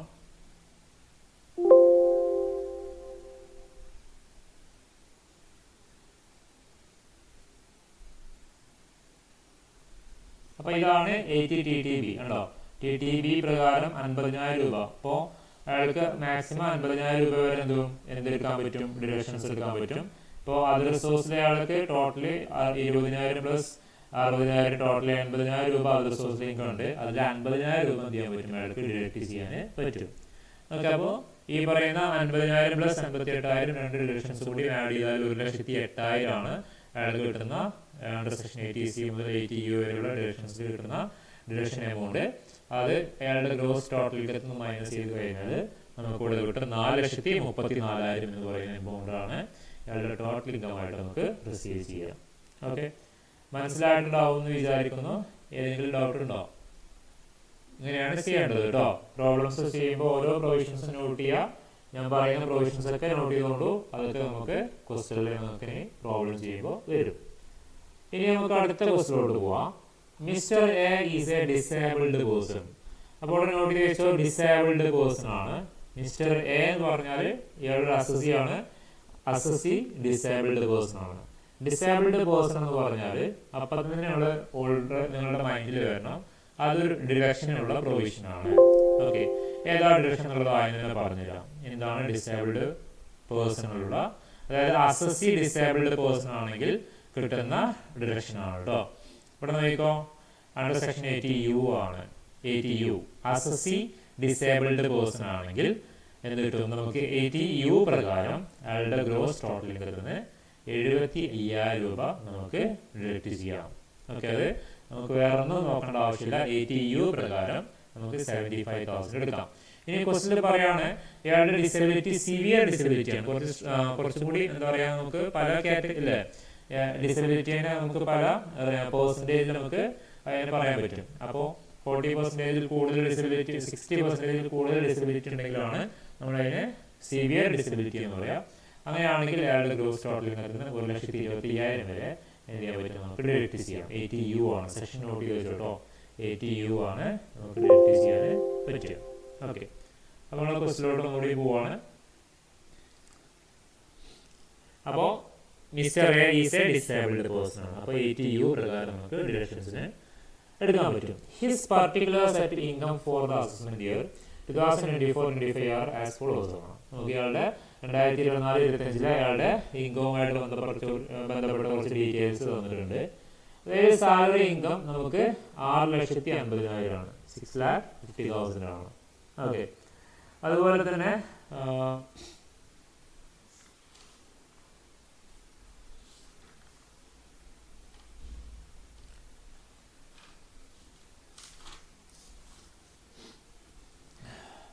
ബിസിനസ് ഇൻകം 2,40,000 ആണ്, 2,50,000 ആണ് ബിസിനസ്സിലെ income. Income from house property ഉണ്ട്, നമുക്ക് ഇവിടെ തന്നിട്ടുണ്ട് 2 lakh rupees. Then capital gain, long term capital gain ആണ് 50,000. Then amount received on lottery 1,75,000 കിട്ടിയിട്ടുണ്ട്. Then he deposited rupees 50,000 in PPF, public provident ഫണ്ടിൽ 50,000. അതുപോലെ തന്നെ റെക്കഗ്നൈസ്ഡ് പ്രൊവിഡന്റ് ഫണ്ടിൽ RPF 30,000 അയാൾ ഡെപ്പോസിറ്റ് ചെയ്തിട്ടുണ്ട്. ഡെപ്പോസിറ്റ് ചെയ്യുക എന്ന് പറഞ്ഞാൽ കോൺട്രിബ്യൂഷൻ ചെയ്യുക കേട്ടോ, പ്രൊവിഡന്റ് ഫണ്ടിലോട്ടുള്ള കോൺട്രിബ്യൂഷൻ ആണ്. അതിന് paid tuition fees rupees 10,000, tuition fees അയാൾ 10,000 അടച്ചിട്ടുണ്ട്. ഓക്കെ, ദെൻ ഇതൊക്കെ ATC എന്ന് പറയുന്ന പ്രൊവിഷനുള്ള അല്ലെങ്കിൽ ATCA എന്ന് പറയുന്ന ഡിഡക്ഷൻസിനുള്ള പ്രൊവിഷൻസ് ആണ്, നോട്ട് വെച്ചോളൂ. അല്ലാതെ ഇത് നമ്മളുടെ ഇൻകം ആയിട്ട് നമുക്ക് എടുക്കാൻ പറ്റില്ലല്ലോ. Okay, then he deposited rupees 30,000 to pension fund of LIC.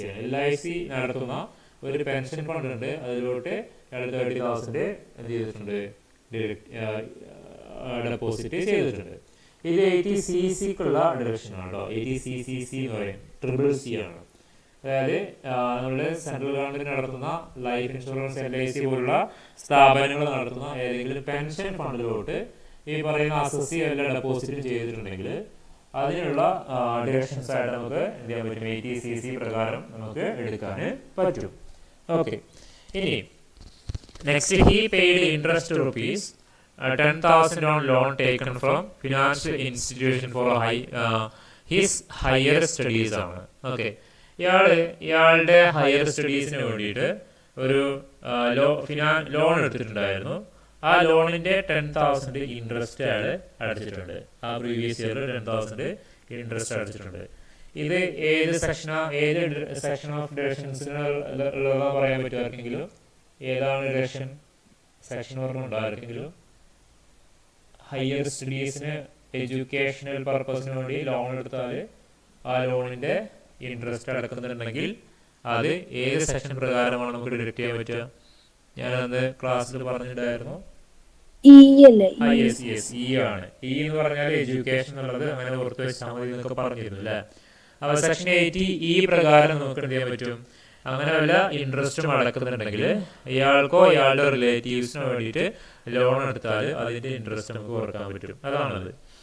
Next PMNRF ആണ് അല്ലെ, നമ്മുടെ 80Gയിലോട്ട് ഇയാള് ഡൊണേഷൻ നടത്തി കഴിഞ്ഞാൽ കിട്ടുന്ന ഇതാണ് ഈ ഒരു ഡൊണേഷൻ ആണത്.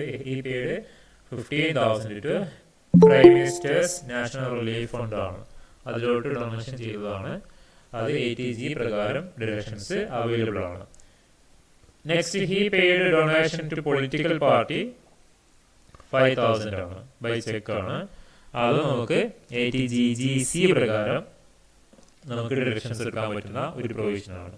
ഓക്കെ, അപ്പോൾ ഇതില് നമുക്ക് ഫസ്റ്റ് തന്നെ പറഞ്ഞിട്ടുണ്ട് 80U എന്ന് പറയുന്ന പ്രൊവിഷന്. ഇത് മറന്നു പോയത് ഇതാണ്, disabled person, assessee disabled person ആണെങ്കിൽ നമുക്ക് 80U പ്രകാരം നമുക്ക് ഡിഡക്ഷൻസ് അവൈലബിൾ ആണ്. നമുക്ക് നോക്കാം അതിന്റെ പ്രോബ്ലം എങ്ങനെ ചെയ്യാവുന്നത്. ഹെഡിങ് കൊടുക്കുക, computation of total income of mister A four the assessment year 24-25 എന്നൊക്കെ പറഞ്ഞിട്ട് ഹെഡിങ് കൊടുക്കുക.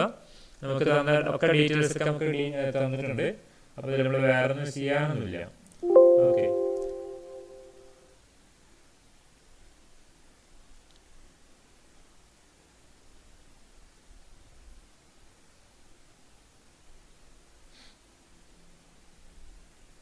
ഇൻകം ഫ്രം സാലറി 6,50,000 അതേപോലെ എടുത്ത് എഴുതിയാൽ മതി. നമുക്ക് നേരിട്ട് ഇൻകം ഫ്രം സാലറി എന്നാണ് തന്നിട്ടുള്ളത്. ഇൻകം ഫ്രം SCP 2 lakh ആണ്, അത് നമ്മൾ നേരിട്ട് എടുത്ത് എഴുതിയാൽ മതി. കാരണം നമ്മൾ അതിന്റെ കമ്പ്യൂട്ടേഷൻ ചെയ്യേണ്ട ആവശ്യമില്ല, അതൊക്കെ ചെയ്തതിന് ശേഷമുള്ള എമൗണ്ട് ആണ്. Income from business 2,50,000. അതുപോലെ ക്യാപിറ്റൽ ഗെയിൻ ഉണ്ട് 50,000, അത് ലോങ് ടൈം ക്യാപിറ്റൽ ഗെയിൻ ആണ്. പിന്നെ നമുക്ക് ഇൻകം ഫ്രം അതർ സോഴ്സ് നമുക്ക് കുറച്ച് ഇൻകം തന്നിട്ടുണ്ട്. ഇൻകം ഫ്രം ഇവിടെ പറഞ്ഞിട്ടുണ്ട് ഒരു എമൗണ്ട് പറഞ്ഞിരുന്നല്ലോ, ലോട്ടറി റിസീവ് ചെയ്തിട്ടുണ്ട് അല്ലേ, അഞ്ചാമത്തെ item. Amount received on lottery rupees 1,75,000.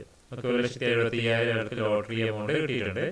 അപ്പോൾ ലോട്ടറി എമൗണ്ട് ഇങ്ങനെ പറഞ്ഞു കഴിഞ്ഞാൽ നിങ്ങൾ അത് അസ്യൂം ചെയ്യുക അത് നെറ്റ് എമൗണ്ട് ആണ്. ദാറ്റ് മീൻസ് ടാക്സ് പിടിച്ചതിന് ശേഷമുള്ള എമൗണ്ട് ആയിട്ട് നമ്മൾ കൺസിഡർ ചെയ്യാം. ടാക്സ് ലോട്ടറിക്കും അതുപോലെ തന്നെ ക്യാഷ് ഇൻകത്തിനൊക്കെ നമുക്ക് ഗവൺമെന്റ് പിടിക്കുന്ന ടാക്സ് എന്ന് പറഞ്ഞാൽ 30% ആണ്. അപ്പോൾ അതിന് നമ്മൾ നെറ്റിനെ നമ്മൾ ഗ്രോസ് എമൗണ്ടിലോട്ട് കൺവേർട്ട് ചെയ്യാണ്. കിട്ടിയ എമൗണ്ട് ഇൻറ്റു 100/70 ചെയ്താൽ മതി. ഓക്കെ, then അങ്ങനെ ചെയ്ത് കഴിഞ്ഞാൽ അതിന്റെ ഫുൾ എമൗണ്ട്, അപ്പോൾ 1,75,000 എന്ന് പറയുന്നത് എന്താണ്, നമുക്ക് ടാക്സ് പിടിച്ചതിന് ശേഷമുള്ള എമൗണ്ട് ആണ്. അതിന്റെ ഫുൾ എമൗണ്ട് 2,50,000 ആണ്. ഫുൾ എമൗണ്ട് കിട്ടി. അപ്പോൾ ഇതൊക്കെ പാടെ ആഡ് ചെയ്താൽ 5 സൈഡിലെ ഇൻകംസ് നമുക്ക് ആഡ് ചെയ്ത് കഴിഞ്ഞാൽ നമുക്കിവിടെ 14 ലക്ഷമാണ് ഗ്രോസ് ടോട്ടലിംഗ് കിട്ടും. ഓക്കെ, 14 lakh നമുക്കവിടെ ഗ്രോസ് ടോട്ടലിംഗ് കിട്ടും. ഇനി നമുക്ക് ഡിഡക്ഷൻസ് ആണ് അല്ലേ. നമ്മൾ ഓൾറെഡി പറഞ്ഞിട്ടുണ്ടായിരുന്നു 80C പ്രകാരം നമുക്കത് കിട്ടും, ഡിഡക്ഷൻസ് കിട്ടും. 80C പ്രകാരമുള്ള ഡിഡക്ഷൻ എന്ന് പറഞ്ഞാൽ നമുക്ക് മാക്സിമം കിട്ടുക 1,50,000 ആണ്. ഓക്കെ, ഇയാള് ഈ പറഞ്ഞ രണ്ട് കാര്യങ്ങളാണ് ചെയ്തിട്ടുള്ളത്. ഈ പറഞ്ഞ 50,000 PF-ലോട്ടും 30,000 RPF-ലോട്ടും ഡെപ്പോസിറ്റ് ചെയ്തിട്ടുണ്ട്.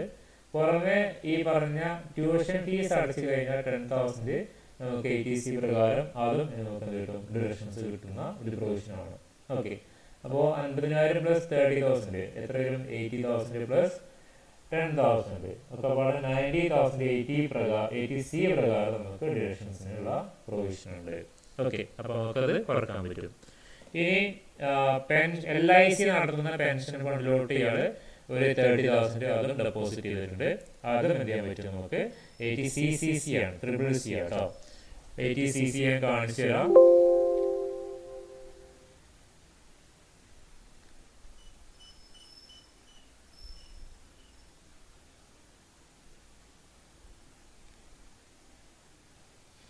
ATC ആണ്. ATC നമ്മൾ ഡീറ്റെയിൽ ആയിട്ട് ഡിസ്കസ് ചെയ്തിട്ടായിരുന്നു, ആ വീഡിയോ മിസ്സായിട്ടുണ്ട്. ഞാനത് റെക്കോർഡ് ചെയ്തിട്ട് അയക്കാം കേട്ടോ. ATC എന്ന് പറഞ്ഞാൽ പ്രൊവിഡന്റ് ഫണ്ട് കേട്ടോ, contribution to life insurance premium provident fund. അതിലോട്ട് നമ്മൾ കോൺട്രിബ്യൂഷൻ നടത്തിയ 1,50,000 വരെ അല്ലെങ്കിൽ എത്രയാണോ അതിന് താഴെയുള്ള എമൗണ്ട് വിച്ച് ലെസ് നമുക്ക് അത് കിട്ടും, ഡിഡക്ഷൻസ് കിട്ടും. ദെൻ അതിൽ കിട്ടുന്ന payment of life insurance premium. Okay, ഇവിടെ ഡേറ്റ് ഉണ്ടോ, നിങ്ങളുടെ ഡേറ്റിന്റെ 10% ഒക്കെ പറയുന്നുണ്ട് കൃത്യമായിട്ട്. ഇനി പ്രൊവിഡന്റ് ഫണ്ടിലോട്ട് പറഞ്ഞു, സൂപ്പർഅനുവേഷൻ ഫണ്ട് പറഞ്ഞു, ദെൻ അങ്ങനെ പറഞ്ഞ് then next unit linked house building tuition fees ഉണ്ടോ, ചിൽഡ്രൻസ് ട്യൂഷൻ ഫീസ് അടച്ചാൽ 80C പ്രകാരം നമുക്ക് ഡിഡക്ഷൻസ് നമുക്ക് കിട്ടും. ഓക്കെ, ദെൻ ഇതൊക്കെയാണ് 80C പ്രകാരം നമുക്ക് കിട്ടുന്ന ഡിഡക്ഷൻസ് ആയിട്ട് പറയുന്നത്. ഇനി 80CCC ആണ്, ഇവിടെ 80CCC ആണ് കോൺട്രിബ്യൂഷൻ ടു പെൻഷൻ ഫണ്ടാണ്. സെൻട്രൽ ഗവൺമെന്റ് നടത്തുന്ന ഏതെങ്കിലും പെൻഷൻ ഫണ്ടിലോട്ട് നമ്മൾ വല്ല കോൺട്രിബ്യൂഷൻസ് നടത്തിയാൽ 80CCC പ്രകാരം നമുക്ക് ഡിഡക്ഷൻസ് കിട്ടും. ആ 80CCC ആണ് നമ്മളിവിടെ പറഞ്ഞ CC എന്ന് പറയുന്നത് കേട്ടോ. ആ പ്രോബ്ലത്തിൽ ചെയ്തത് ഇതാണ്, 80CCC എന്ന് പറയുന്ന എമൗണ്ട് അതാണ്. ഇനി 80E ആണ്. 80E എന്ന് പറഞ്ഞാൽ ഈ പറഞ്ഞ പോലെ തന്നെ ഹയർ എഡ്യൂക്കേഷന് വേണ്ടി അതിൽ ലോൺ കൊടുത്താൽ ആ ലോൺ എമൗണ്ടിന്റെ ഇൻട്രസ്റ്റ് നമ്മൾ അടക്കുന്നുണ്ടെങ്കിൽ അത് 80E പ്രകാരം നമുക്ക് എന്ത് ചെയ്യാൻ പറ്റും, ഡിഡക്ട് ചെയ്യാം. ഈ ക്വസ്റ്റിൽ പറഞ്ഞിട്ടുള്ള 10,000 രൂപയാണ് അയാൾ ആ ലോണിന്റെ ഇൻട്രസ്റ്റ് അടക്കുന്നത്, അത് എന്ത് ചെയ്യാൻ പറ്റും, അത് ഡിഡക്ട് ചെയ്യാം 80E പ്രകാരം. അതുപോലെ 80G അല്ലേ, ഇയാള് ഈ പ്രൈം മിനിസ്റ്റേഴ്സ് നാഷണൽ റിലീഫ് ഫണ്ടിലോട്ട് ഇയാൾ ചെയ്തിട്ടുണ്ട്, ഒരു 15,000 ഡൊണേഷൻ കൊടുത്തിട്ടുണ്ട്. അത് 80G പ്രകാരം it's a 100% no limited donation ആണ്. 100% എത്ര വേണമെങ്കിലും ഡൊണേഷൻ ചെയ്യാം. ആ ചെയ്യുന്ന ഡൊണേഷന്റെ ഫുൾ എമൗണ്ട് നമുക്ക് 80G പ്രകാരം ചെയ്യാൻ പറ്റും, ഡിഡക്ട് ചെയ്യാം. ഓക്കെ, ഇനി അതുപോലെ തന്നെ പൊളിറ്റിക്കൽ പാർട്ടീസ്, ഗവൺമെന്റിലെ പൊളിറ്റിക്കൽ പാർട്ടീസിലോട്ട് വല്ല ഡൊണേഷൻ ചെയ്താൽ നമുക്ക് 80GGC പ്രകാരം നമുക്ക് എന്ത് ചെയ്യാൻ പറ്റും, ഡിഡക്ട് ചെയ്യാം. അത് ക്യാഷ് ആയിട്ട് കൊടുക്കുകയാണെങ്കിൽ 2,000 എമൗണ്ടിന് മുകളിൽ കൊടുക്കാൻ പാടില്ല. ദെൻ ക്യാഷ് ആയിട്ട് കൊടുക്കാൻ അല്ലാത്ത മോഡ്, ദാറ്റ് മീൻസ് അക്കൗണ്ട് ട്രാൻസ്ഫറോ ചെക്കോ അങ്ങനെയാണെങ്കിലാണ് 2,000 മുകളിലുള്ള പൊളിറ്റിക്കൽ പാർട്ടീസിലോട്ടോ അല്ലെങ്കിൽ അത്തരം ഡൊണേഷൻസ് ഒക്കെ ചെയ്യുകയാണെങ്കിൽ നമ്മൾ ചെക്ക് ബൈ ആണ് ചെയ്യേണ്ടത്. ഓക്കെ, ദെൻ അപ്പോൾ അത് കിട്ടി 80 55,000 നമുക്ക് ഡൊണേഷൻ്റെ രൂപത്തിൽ നമുക്ക് ഡിഡക്ഷൻസ് കിട്ടും. ദെൻ പിന്നെ നമ്മൾ തുടക്കത്തിൽ പറഞ്ഞ ഈസ് എ ഡിസേബിൾഡ് പേഴ്സൺ എന്ന് പറഞ്ഞിരുന്നു അല്ലേ. ഡിസേബിൾഡ് പേഴ്സൺ ആണെങ്കിൽ അയാൾക്ക് എന്ത് ചെയ്യാൻ പറ്റും 75,000. ഇനി സിവിയർ ഡിസബിലിറ്റി ആണെങ്കിൽ അത് നമുക്ക് എമൗണ്ട് എത്രയാണ് പറഞ്ഞ എമൗണ്ട് ആ ഫുൾ എമൗണ്ട് നമുക്ക് എന്ത് ചെയ്യാൻ പറ്റും 80U പ്രകാരം ഡിഡക്റ്റ് ചെയ്യാം. അപ്പോൾ ഈ പറയുന്ന എല്ലാ ഡിഡക്ഷൻസും താഴെ നമ്മൾ ആഡ് ചെയ്താൽ 2,25,000 റുപ്പീസ് നമുക്ക് ഡിഡക്ഷൻസ് ആയിട്ട് 80C മുതൽ 80U വരെ നമുക്ക് കിട്ടും. അത് നമ്മുടെ ഗ്രോസ് ടോട്ടൽ ഇൻകത്തിൽ നമ്മൾ 14 ലാക്ക് എന്നത് മൈനസ് ചെയ്യുക. മൈനസ് ചെയ്ത് കഴിഞ്ഞാൽ നമുക്ക് അവിടെ ടോട്ടൽ ഇൻകം കിട്ടും 11,75,000 എന്ന് പറയുന്ന ടോട്ടൽ ഇൻകം കിട്ടും. ഓക്കെ, ഇങ്ങനെയാണ് അപ്പോൾ പ്രോബ്ലംസ് വർക്കൗട്ട് ചെയ്യേണ്ടത്. പ്രോബ്ലംസ് കുറേ ഉണ്ടാവും ടെക്സ്റ്റ് ബുക്കിൽ. ഞാനിതിൽ നാളെയും കൂടി പ്രോബ്ലംസ് ചെയ്യാം. ഓക്കെ, നാളെയും കൂടി പ്രോബ്ലംസ് തന്നെ ആയിരിക്കും. ഇനി കുറച്ച് 1-2 കാര്യങ്ങൾ പറഞ്ഞിട്ട് ഇന്നത്തെ ക്ലാസ് അവസാനിപ്പിക്കാം. ഈ ഒരു ചെയ്ത പ്രോബ്ലത്തിൽ ഡൗട്ട് ഉണ്ടെങ്കിൽ ചോദിക്കാം കേട്ടോ. ഏതെങ്കിലും ഡൗട്ട് ഉണ്ടോ? കഴിഞ്ഞ പ്രോബ്ലത്തിലോ അല്ലെങ്കിൽ ഈ പ്രോബ്ലത്തിലോ വല്ലതും ഡൗട്ട് ഉണ്ടെങ്കിൽ ചോദിക്കാം. ഓക്കെ, ഇനി നോക്കാം നമുക്ക്. ഇനി ടാക്സ് ലാബിലിറ്റി. ഇതുവരെ നമ്മൾ ടോട്ടലിംഗ് ആണ് കണ്ടത്. ടോട്ടലിംഗ് കിട്ടിക്കഴിഞ്ഞാൽ പിന്നീട് ആ ടോട്ടലിംഗത്തിൻ്റെ മുകളിലാണ് നമ്മൾ ടാക്സ് കാൽക്കുലേറ്റ് ചെയ്യേണ്ടത്. Correct tax amount find out നമ്മൾ സ്ലാബ് റേറ്റ് ഒക്കെ വെച്ചിട്ട് കമ്പ്യൂട്ട് ചെയ്യേണ്ടത്. അതിന് കുറച്ച് 1-2 കാര്യങ്ങളാണ് നമ്മളിനി പറയുന്നത്. പ്രോബ്ലം ചെയ്യുന്നില്ല കേട്ടോ. Then computation of tax liability of individual ആണ്. എങ്ങനെയാണ് ഇൻഡിവിജ്വൽസിൻ്റെ ടാക്സ് ലാബിലിറ്റി നമ്മൾ കാണുന്നത് എന്നുള്ളതാണ്. റേറ്റ് ഓഫ് ഇൻകം ടാക്സ് ആണ് 2024-25 ഇൻഡിവിജ്വലിൻ്റെയും HCFൻ്റെയും AOPയുടെയും അതുപോലെ തന്നെ BOIയുടെയും. ഇത് BOI ആണ്, ചെറിയ മിസ്റ്റേക്ക് ഉണ്ട്.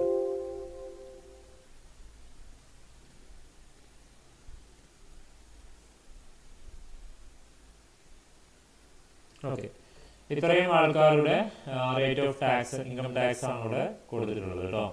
അതിൽ നമുക്ക് സ്പെഷ്യൽ റേറ്റുകളുണ്ട്. ഇപ്പോൾ എല്ലാം സ്ലാബ് റേറ്റ് വെച്ചിട്ടല്ല. ഇപ്പോൾ നമുക്ക് പറയാം 5 ഹെഡ്സ് ഓഫ് ഇൻകംസ് ഉണ്ട്. 5 ഹെഡ്സ് ഓഫ് ഇൻകത്തിൽ ക്യാപിറ്റൽ ഗെയിൻ എന്ന് പറയുന്നൊരു ഹെഡ് ഉണ്ട്. ക്യാപിറ്റൽ ഗെയിനിലെ ഹെഡിന് നമുക്ക് സ്ലാബ് റേറ്റ് വെച്ചിട്ട് ടാക്സ് കാണാൻ പറ്റില്ല.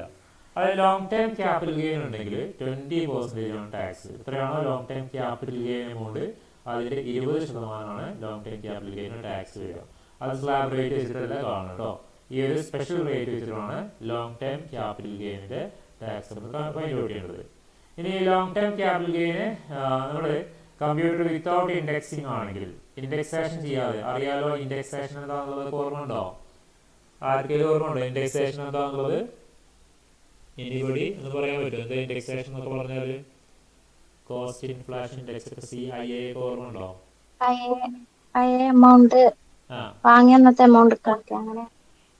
പഴയ എമൗണ്ട് അതിന്റെ ഇന്നത്തെ പ്രസന്റ് വാല്യൂലോട്ട് യെസ്. 2000 വാങ്ങിയ ഒരു അസറ്റ് ആണെങ്കിൽ ആ അസറ്റിന്റെ അന്നത്തെ ഇപ്പോൾ 1,00,000 വാങ്ങിച്ചാൽ അന്നത്തെ 1,00,000 ഇന്നത്തെ എത്ര രൂപയുടെ വാല്യൂ ഉണ്ടെന്നുള്ളത് ഫൈൻഡ് ഔട്ട് ചെയ്യണം അല്ലേ. അങ്ങനെ ഇൻഡെക്സ് അല്ലേ, വിത്തൗട്ട് ഇൻഡെക്സേഷൻ ചെയ്യാതെ നമ്മളുടെ ഈ പറയുന്ന ലോങ് ടൈം ക്യാപിറ്റൽ ഗെയിൻ കാണുകയാണെങ്കിൽ അപ് ടു 1 lakh വരെ അതിന് ടാക്സ് ഇല്ല. ഓക്കെ, അതിൻ്റെ മുകളിൽ പോവുകയാണെങ്കിൽ 10% പേര് കേട്ടോ. അപ്പോൾ ഇൻഡെക്സേഷൻ ചെയ്താലുള്ള പെർസെൻറ്റേജ് ആണ് 20%. ഇൻഡെക്സേഷൻ ചെയ്യാതെ നമ്മൾ 1,00,000 വരെ നമുക്ക് എന്താണ് അപ് ടു എക്സീഡിങ് ₹10 lakh 1,00,000 മുകളിൽ പോവുകയാണെങ്കിൽ 10%. അല്ലെങ്കിൽ 1,00,000 താഴെയാണ് ഇൻഡെക്സേഷൻ ചെയ്യാതെ നമ്മളുടെ ലോങ് ടൈം ക്യാപിറ്റൽ ഗെയിൻ എങ്കിൽ നമ്മൾ ടാക്സ് കൊടുക്കേണ്ട. പക്ഷേ ഇൻഡെക്സേഷൻ ചെയ്തിട്ട് എന്ത് ചെയ്യാണ് നമ്മൾ total income long time capital gain കാണുകയാണെങ്കിൽ അതിൻ്റെ 20% ആണ് ടാക്സ് കൊടുക്കേണ്ടി വരിക. ഇനി നമ്മൾ ഇൻഡെക്സേഷൻ ചെയ്യാതെ നമ്മൾ എന്ത് ചെയ്തു, long time capital gain find out ചെയ്തു. അത് 1,00,000 മുകളിൽ പോവുകയാണെങ്കിൽ 10% ടാക്സ് കൊടുത്താൽ മതി. ഓക്കെ, ഇനി ഇൻഡെക്സേഷൻ ചെയ്യുമ്പോൾ അവിടെ ഒരു പ്രശ്നമുണ്ട്, ക്യാപിറ്റൽ ഗെയിൻ കുറയും. അതുകൊണ്ടാണ് കേട്ടോ. ഇനി short time capital gain under section 111A പ്രകാരം 15%. അപ്പോൾ ഷോർട്ട് ടൈം ക്യാപിറ്റൽ ഗെയിനിൻ്റെ ടാക്സ് 15% നോട്ട് ചെയ്ത് വെച്ചു. അപ്പോൾ ക്യാപിറ്റൽ ഗെയിൻ നമ്മൾ സ്ലാബ് റേറ്റ് വെച്ചിട്ടുള്ള ടാക്സ് കാണാം. അതിന് സ്പെഷ്യൽ റേറ്റുകളുണ്ട്. അതുപോലെ തന്നെയാണ് അതർ സോഴ്സിലെ ഈ പറയുന്ന income, inning from lottery, cross ward puzzles, ഇതിന് 30% അല്ലേ. റേസ് ഹൗസ്, ബെറ്റിങ്, ഗ്യാമ്പിളിങ് പോലുള്ള അത്തരം ഇൻകംസ് കിട്ടുകയാണെങ്കിൽ അതിന് 30% ടാക്സ് റേറ്റ്. ഓക്കെ, അത് നമ്മൾ സ്ലാബ് റേറ്റ് വെച്ചിട്ടുള്ള കാണാം. അതിനൊക്കെ സ്പെഷ്യൽ റേറ്റുകളാണ് ഉള്ളത്. ഓക്കെ, സ്പെഷ്യൽ റേറ്റ് വെച്ചിട്ടാണ് ടാക്സ് കൊടുക്കേണ്ടി വരിക. ബാക്കിയുള്ള ഇൻകത്തിനൊക്കെ നമ്മൾ സ്ലാബ് റേറ്റ് വെച്ചിട്ടാണ് ടാക്സ് വേണം. ആ സ്ലാബ് റേറ്റ് കഴിഞ്ഞ സമയത്ത് ഞാൻ ക്ലാസ്സിലുള്ളവർക്ക് ഓർമ്മ ഉണ്ടാവും. അതർ ഇൻകം സ്ലാബ് ഫസ്റ്റ് 2,50,000 വരെ നില്ലാണ്, ടാക്സ് കൊടുക്കണ്ട. 2,50,000 വരെ ടാക്സ് കൊടുക്കണ്ട. പിന്നത്തെ 2 ലക്ഷം മുതൽ 5 ലക്ഷം വരെയുള്ള 2,50,000 5% ആണ് ടാക്സ് കൊടുക്കേണ്ടത്. ഓക്കെ, പിന്നത്തെ 5 മുതൽ 10 ലക്ഷം വരെയുള്ള 5 ലക്ഷത്തിന് നമ്മൾ 20% ടാക്സ് കൊടുക്കണം. പിന്നീടുള്ള 10 ലക്ഷത്തിന് മുകളിൽ ഇൻകത്തിന് കംപ്ലീറ്റ്ലി നമ്മൾ 30% ആണ് ടാക്സ് കൊടുക്കുന്നത്. ഇതാണ് സ്ലാബ് റേറ്റ്. മനസ്സിലായോ? അതിൽ ഈ പറയുന്ന എമൗണ്ടിൽ എന്തുണ്ടാവില്ല, ഈ പറയുന്ന ഷോർട്ട് ടേമും ലോങ് ടേമും ഒക്കെ സ്പെഷ്യൽ റേറ്റിൽ വെച്ചിട്ടാണ് ടാക്സ് കൊടുക്കേണ്ടത്. അതുപോലെ ഈ അതർ സോഴ്സിലെ winning from lottery, cross border business പോലുള്ള ആ ഇൻകത്തിന് നമ്മൾ സ്പെഷ്യൽ റേറ്റിലാണ് ടാക്സ് കൊടുക്കേണ്ടത്. ഓക്കെ, ഇത് നോർമൽ സിറ്റിസന്റെ കേസ്, ദാറ്റ് മീൻസ് ബിലോ 60 വയസ്സിന്റെ താഴെയുള്ള ആളുകൾക്കാണ് ഈ ഒരു റേറ്റിൽ ടാക്സ് വരിക കേട്ടോ. ഇനി ഈ ഒരു ഇൻഡിവിജ്വൽ സീനിയർ സിറ്റിസൺ ആണെങ്കിൽ, ഓക്കെ, ദാറ്റ് മീൻസ് എബോവ് 60 വയസ്സിന് മുകളിലുള്ള ആളാണെങ്കിൽ, ബിലോ 80 വയസ്സിന് താഴെയുള്ള ആളുകളാണെങ്കിൽ അവർക്ക് വരുന്ന ടാക്സ് റേറ്റ് ഫസ്റ്റത്തെ 3 ലക്ഷം വരെ നില്ലാണ്, ടാക്സ് ഇല്ല. ദെൻ പിന്നത്തെ 2 ലക്ഷത്തിന്, അതായത് 3 to 5 വരെയുള്ള 2 ലക്ഷത്തിന് 5% ആണ് ടാക്സ് കൊടുക്കുന്നത്. ഓക്കെ, പിന്നീട് 5 ലക്ഷം മുതൽ 10 ലക്ഷം വരെയുള്ള 5 ലക്ഷത്തിന് 20% ആണ് ടാക്സ് കൊടുക്കുന്നത്. എമൗണ്ട് എബോവ് വരുന്നതിന് 30% ആണ് ടാക്സ് റേറ്റ് വരിക. മനസ്സിലായോ? അപ്പോൾ സീനിയർ സിറ്റിസന് ടാക്സ് റേറ്റ് മാറുന്നുണ്ട്. ഈ ഒരു ചെറിയ എമൗണ്ട് ചെറിയ മാറ്റി വരുന്നുണ്ട്. 2,50,000 ഉള്ളതോടെ 3 lakh ആയിട്ട് എക്സംഷൻ കിട്ടുന്നുണ്ട്. ഓക്കെ, ഇനി ഇയാൾ സൂപ്പർ സീനിയർ സിറ്റിസൺ ആണെങ്കിൽ, അതായത് 80 വയസ്സിന് മുകളിലുള്ള 80 വയസ്സോ അതിന് മുകളിലുള്ള ഒരു വ്യക്തിയാണെങ്കിൽ, ഇൻഡിവിജ്വൽ ആണെങ്കിൽ, ആദ്യത്തെ 5% എന്ന് പറയുന്ന സ്ലാബ് റേറ്റ് ഇല്ല അവർക്ക്. പകരം 5 ലക്ഷം വരെ നില്ലാണ്. പിന്നീടുള്ള 5 ലക്ഷത്തിന് 5 to 10 വരെയുള്ള 5 ലക്ഷത്തിന് 20% ടാക്സ് റേറ്റ്, എബോവ് 10 lakhന് മുകളിൽ 30% ടാക്സ് റേറ്റ് വരിക. ഓക്കെ, ഇനി rebate of income tax in case of individual resident in India whose total income does not exceed 5 lakh shall be entitled to rebate equal to 12,500 ആണ്. ഒരു tax on total income which is less ആണ്. അതായത് 5 ലക്ഷം രൂപ വരെയുള്ള, ഇപ്പോൾ അടുത്ത സമയത്ത് ഇത് മാറും കേട്ടോ. അടുത്ത സമയത്ത് നിങ്ങൾ പുതിയ ബജറ്റൊക്കെ, യൂണിയൻ ബജറ്റൊക്കെ കേട്ടിരുന്നോ? ആരെങ്കിലും ബജറ്റൊക്കെ ശ്രദ്ധിച്ചിട്ടുണ്ടായിരുന്നോ? ബജറ്റിൽ ടാക്സ് റേറ്റ് സ്ലാബ് റേറ്റ് ഒക്കെ മാറിയിട്ടുണ്ട്. ആർക്കെങ്കിലും പറയാൻ പറ്റുമോ എത്രയാണ് പുതിയ ഈ ഒരു റിബേറ്റിന്റെ കേസിലൊക്കെ പറഞ്ഞിട്ടുണ്ടായിരുന്നു? ഓർമ്മയുണ്ടോ ആർക്കെങ്കിലും? 4 ലക്ഷം വരെയാണ് എക്സംഷൻ. നോക്കിയിരുന്ന ആരെങ്കിലും? അപ്പോൾ ഈ സമ്മത്തിനെ എഴുതിയെടുക്കാൻ നോക്കുക. ഞാനത് പറയാൻ കാരണം അടുത്ത സമയത്ത് സ്ലാബ് റേറ്റുകൾ മാറുന്നുണ്ട്, റിബേറ്റിന്റെ എമൗണ്ടുകൾ മാറുന്നുണ്ട്, ഒക്കെ മാറുന്നുണ്ട്. അപ്പോൾ ഈ മാക്സിമം എഴുതിയെടുക്കാൻ നോക്കുക കേട്ടോ. അപ്പോൾ റിബേറ്റ് ഓഫ് ഇൻകം ടാക്സ്, അതായത് ഇളവാണ്. ഇപ്പോൾ 5 ലക്ഷം രൂപ വരെ ഇൻകം എക്സീഡ് ചെയ്യാത്ത അസസിക്ക് കൊടുക്കുന്ന ഒരു ഇളവാണ് റിബേറ്റ് എന്ന് പറയുന്നത്. ദെൻ മാക്സിമം റിബേറ്റ് എമൗണ്ട്, ഇപ്പോൾ ടാക്സ് കമ്പ്യൂട്ട് ചെയ്ത് കഴിഞ്ഞാൽ ആ ടാക്സ് എമൗണ്ടിൻ്റെ അതിൽ നിന്ന് എന്ത് ചെയ്യാൻ പറ്റും? 12,500 രൂപ വരെ നമുക്ക് റിബേറ്റ് ആയിട്ട് കിട്ടും. അത് കിട്ടണമെങ്കിൽ അയാളുടെ ഇൻകം 5 ലക്ഷത്തിൽ കൂടാൻ പാടില്ല. ഓക്കെ, അപ്പോൾ നമ്മൾ ഈ പറയുന്ന ഈ ഒരു സ്ലാബ് റേറ്റ് ഒക്കെ വെച്ചിട്ട് ടാക്സ് കമ്പ്യൂട്ട് ചെയ്തു. അത് മാത്രമല്ല ടാക്സ് വരിക, പുറമേ സർചാർജ് വരും. ഓക്കെ, സർചാർജ് വരിക ടോട്ടൽ ഇൻകം 50 ലക്ഷം വരെ ആണെങ്കിൽ. ഓക്കെ, മാറിപ്പോയി. ഈ ടോട്ടൽ ഇൻകം എക്സീഡ് 50 lakh, 50 ലക്ഷത്തിന് മുകളിൽ ഇയാളുടെ ടോട്ടൽ ഇൻകം വരികയാണെങ്കിൽ, ടോട്ടൽ ഇൻകം എന്ന് പറഞ്ഞാൽ എന്താ? നമ്മൾ നേരത്തെ ചെയ്ത ഗ്രോസ് ടോട്ടൽ ഇൻകത്തിൽ നിന്ന് 80C മുതൽ 80U വരെയുള്ള അഡീഷൻസ് ഒക്കെ മൈനസ് ചെയ്തതിനു ശേഷമുള്ള ഇൻകം, അതാണ് ടോട്ടൽ ഇൻകം. ആ ടോട്ടൽ ഇൻകം 50 ലക്ഷത്തിന് മുകളിൽ വരികയാണെങ്കിൽ നമ്മൾ സ്ലാബ് റേറ്റ് വെച്ചിട്ട് ടാക്സ് കാണും അല്ലേ? ആ ടാക്സിന്റെ 10%. ഇപ്പോൾ സ്ലാബ് റേറ്റ് വെച്ചിട്ട് ടാക്സ് കണ്ടത് എക്സാമ്പിൾ 10,000 ആണെങ്കിൽ ആ 10,000ന്റെ 10%, 10,000ന്റെ 10% എന്ന് പറയുന്നത് വരും 1000 വരില്ല. 1000 രൂപ സർചാർജ് കൊണ്ട് അതിൻ്റെ കൂടെ ആഡ് ചെയ്തിട്ട് 11,000 രൂപ ടാക്സ് കൊടുക്കേണ്ടി വരും. മനസ്സിലായോ? ഇനി 1 കോടിക്ക് മുകളിൽ വരികയാണെങ്കിൽ, അപ്പോൾ 50 ലക്ഷം മുതൽ 1 കോടി വരെയുള്ള ഇൻകത്തിനാണ് 10% സർചാർജ്. ഇയാളുടെ ഇൻകം 1 കോടിക്ക് മുകളിൽ പോവുകയാണെങ്കിൽ എത്ര കൊടുക്കേണ്ടി വരും? ഇയാളുടെ ടാക്സ് എമൗണ്ട് കാണണം കേട്ടോ, ടാക്സ് ലാബിലിറ്റി കാണണം. ആ ടാക്സ് എമൗണ്ടിന്റെ 15%, അല്ലാതെ ടോട്ടൽ ഇൻകത്തിന്റെ അല്ല. നോട്ട് ചോദിച്ചോ, ടാക്സ് എമൗണ്ടിന്റെ 10% അല്ലെങ്കിൽ 15%. 1 കോടിക്ക് മുകളിൽ ഇയാളുടെ ടോട്ടൽ ഇൻകം എക്സീഡ് ചെയ്യുകയാണെങ്കിൽ 15%. ടാക്സ് എമൗണ്ടിന്റെ, വീണ്ടും പറയാണ്, ടാക്സ് എമൗണ്ടിന്റെ അല്ലാതെ ടോട്ടൽ ഇൻകത്തിന്റെ 15% ഇല്ല. ടാക്സ് നമ്മൾ സ്ലാബ് റേറ്റ് വെച്ചിട്ട് കണ്ടെത്തി വെക്കുന്ന ടാക്സിന്റെ മുകളിലാണ് ഈ പെർസെന്റേജ് കാണേണ്ടത്. ഓക്കെ. ഇനി ടോട്ടൽ ഇൻകം എക്സീഡ് 2 crore, 2 കോടിക്ക് മുകളിൽ പോവുകയാണെങ്കിൽ 25% ഓൺ ടാക്സ് ലാബിലിറ്റി. ടാക്സ് എമൗണ്ടിന്റെ 25% എന്ത് ചെയ്യേണ്ടി വരിക? അവിടെ കൊടുക്കേണ്ടി വരിക. ഇനി 5 കോടിക്ക് മുകളിൽ പോവുകയാണെങ്കിൽ 37% ആണ് അവിടെ എന്ത് സർചാർജ് ആയിട്ട് ഇയാൾ അടക്കേണ്ടി വരിക. മനസ്സിലായോ? അതിന് പുറമെ അത് മാത്രമല്ല, ഇങ്ങനെ ടാക്സ് കണ്ടെത്തി ഇവരെ ഈ സർചാർജ് ആഡ് ചെയ്തതിനു ശേഷം ടാക്സ് എമൗണ്ട് കാണും. ആ ടാക്സ് എമൗണ്ടിന്റെ 4% കൂടി അതിൻ്റെ കൂടെ ആഡ് ചെയ്യണം. ആ ടാക്സ് എമൗണ്ടിന്റെ 4%, അതാണ് ഹെൽത്ത് ആൻഡ് എഡ്യൂക്കേഷൻ സെസ് എന്ന് പറയുന്നത്. On income tax plus surcharge. Income ടാക്സും സർചാർജ് കൂടി ആഡ് ചെയ്തതിന്റെ മുകളിലാണ് 4% വേണ്ടത്. മനസ്സിലായോ? അപ്പോൾ ഇതൊക്കെ പാടെ കൂട്ടിയിട്ടാണ് പിന്നീട് ഗവൺമെന്റിലോട്ട് നമ്മൾ ടാക്സ് ആയിട്ട് എടുക്കേണ്ടി വരിക. അപ്പോൾ വലിയ ഹ്യൂജ് എമൗണ്ട് ഇൻകം ഉള്ള കോടീശ്വരന്മാരൊക്കെ എന്ത് ചെയ്യേണ്ടി വരും? ഈ പറയുന്ന രീതിയിൽ സർചാർജ് കൊടുക്കേണ്ടി വരും. മനസ്സിലായോ? അപ്പോൾ അതാണ് സർചാർജ്, അതുപോലെ സ്ലാബ് റേറ്റ്. ഇനി നമുക്ക് ഈ ഒരു സ്ലാബ് റേറ്റും സർചാർജും ഈ പറഞ്ഞ സ്പെഷ്യൽ റേറ്റുകളൊക്കെ വെച്ചിട്ട് നാളെ നമുക്ക് പ്രോബ്ലംസ് ചെയ്യാനുണ്ട്.